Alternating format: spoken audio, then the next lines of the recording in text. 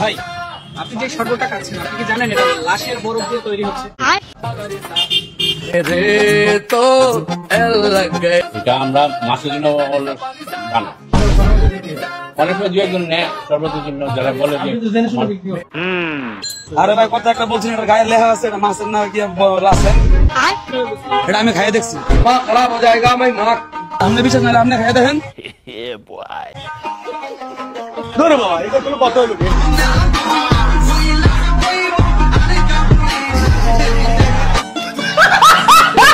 বেচারা মনে মনে একটাই কথা বলতেছে, কি রে ভাই আগে বলবে না, আগে বললে তো রাস্তাঘাট থেকে আর শরবতই খাইতাম না।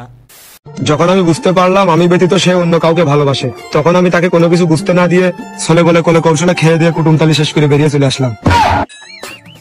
ভগবান क्या जुल्म है। গাইস, জীবন ভাইয়ের মতো আপনারা এমনটা কখনো করছেন নাকি? আপনার থেকে একটা কোয়েশ্চেন জানার ছিল। মেয়ে কেমনে পটে তো এটাই জিজ্ঞাবি আর কি। আপনি কেমনে জানেন? তোরা এগুলো জিজ্ঞেস আমাকে, হেজি মানে একই কোশ্চেন জিজ্ঞেস। মেয়েরা সবচেয়ে ফার্স্ট যেটা পছন্দ করে সেটা হচ্ছে honesty, and with all honesty Pizzaburg বাংলাদেশের বেস্ট ব্র্যান্ড। তোরা সবাই মাইকটা যখনই সামনে আসে একটা কোশ্চেন জিজ্ঞেস করো, আর একটা সেকেন্ড থাকে যে টাকা কেমনে কামায়।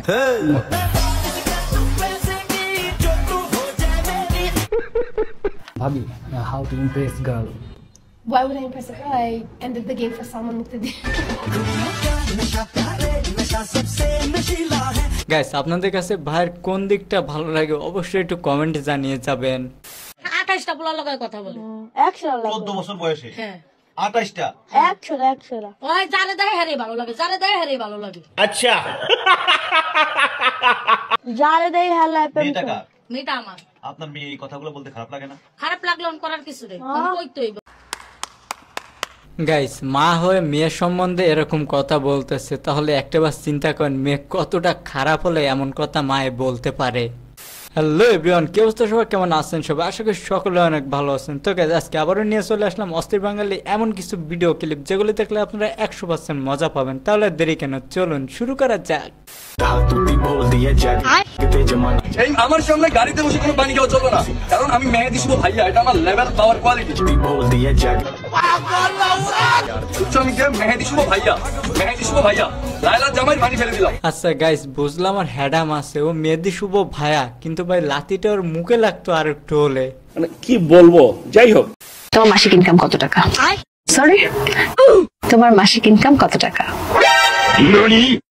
এটা একটা প্রশ্ন হলো?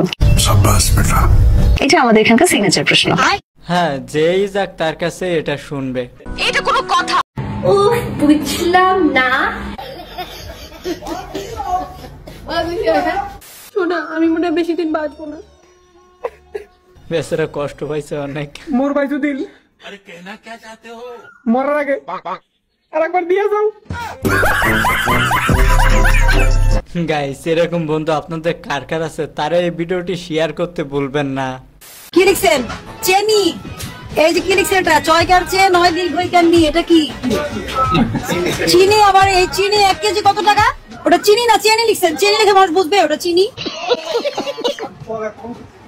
পড়ালেখা কম, আপনার দেখে বোঝা যাচ্ছে না পড়ালেখা কম। আপনি কাউকে দিয়ে লিখান।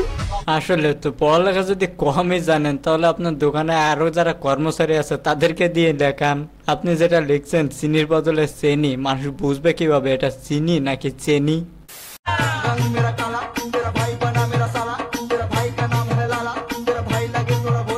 আরে ভাই, ফাজলামোর একটা লিমিট আছে, ও তো নতুন বউ, ওর সাথে এমনটা না করলেও পারতি। আচ্ছা গাইস, এর কথাগুলো একটু মনোযোগ সহকারে শুনবেন, অবশ্যই মনোযোগ সহকারে, না হলে কিন্তু কিছুই বুঝতে পারবেন না। অসম্মানিত শিক্ষক শিক্ষিকা বিন্দু এবং আমার বাপদাইটা জুনিয়র এবং আমার হতবাগা ব্যাটসম্যান সকলকে আমার পক্ষ থেকে ওয়ালাইকুম আসসালাম। উপস্থিত সবাইকে ধন্যবাদ না জানিয়ে আমার এই আজকের ঐতিহাসিক বক্তব্য শুরু করছি, কেননা ধন্যবাদ দিলে সবাই মনে করবে আমি সিরিয়াস। হুট করে 10টা বছর চলে গেল। আচ্ছা, এই 10টা বছর মন দিতে পারিনি লেখাপড়ায়, মন দিয়েছি কুদ্দুসের মেয়েকে। এই পবিত্র স্টেজ অপবিত্র করব না প্রেম প্রীতির কথা বলে, কারণ পরীক্ষা পাশ করাটা যেন আমাদের জন্য ওয়ান সাইড লাভ হয়ে দাঁড়িয়েছে। আমরা 2025-20 শুধু আমরা পরীক্ষা দিচ্ছি না, পরীক্ষা উল্টা আমাদেরকে দিচ্ছে। এই দীর্ঘ 10 বছর শিক্ষক শিক্ষিকারা আমাদের উপর অনেক অত্যাচার করেছে, জুলুম করেছে। এই মহান দায়িত্বগুলো আমরা এখন আমাদের জুনিয়রদের হাতে তুলে দিতে চাই। তোমরা নিবে না?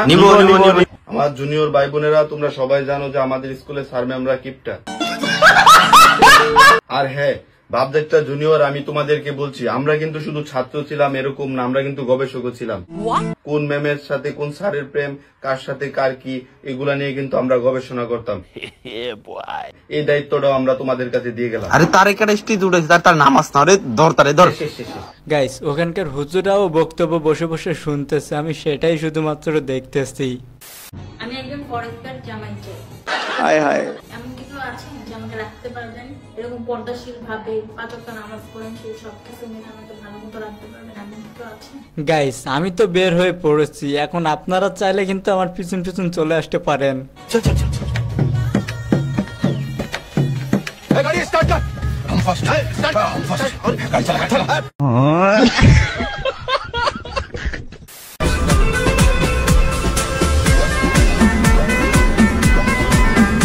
बड़ा हरामी हो बेटा।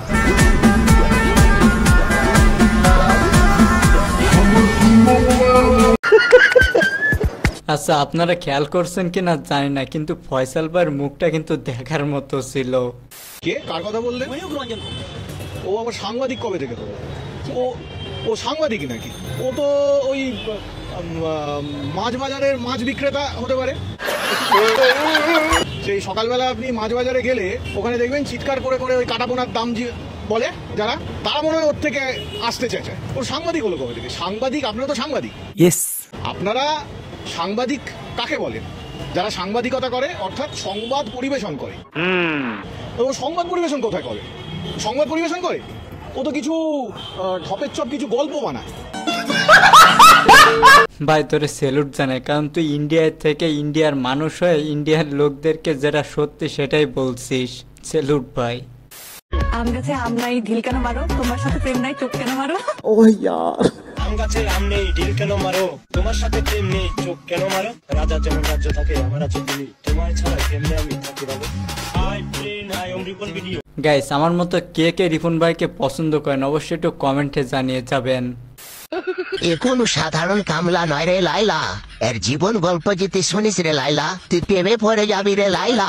এরা বউকে সুখে রাখার জন্য কাজ করছে রে লাইলা। আসলে লাইলা, এদের জীবন কাহিনী কিন্তু খুবই ভয়ঙ্কর লাইলা।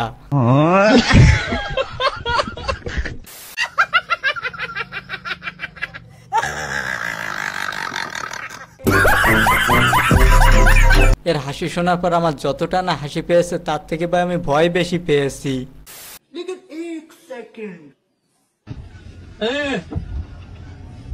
কি সুন্দর! Tecnologia!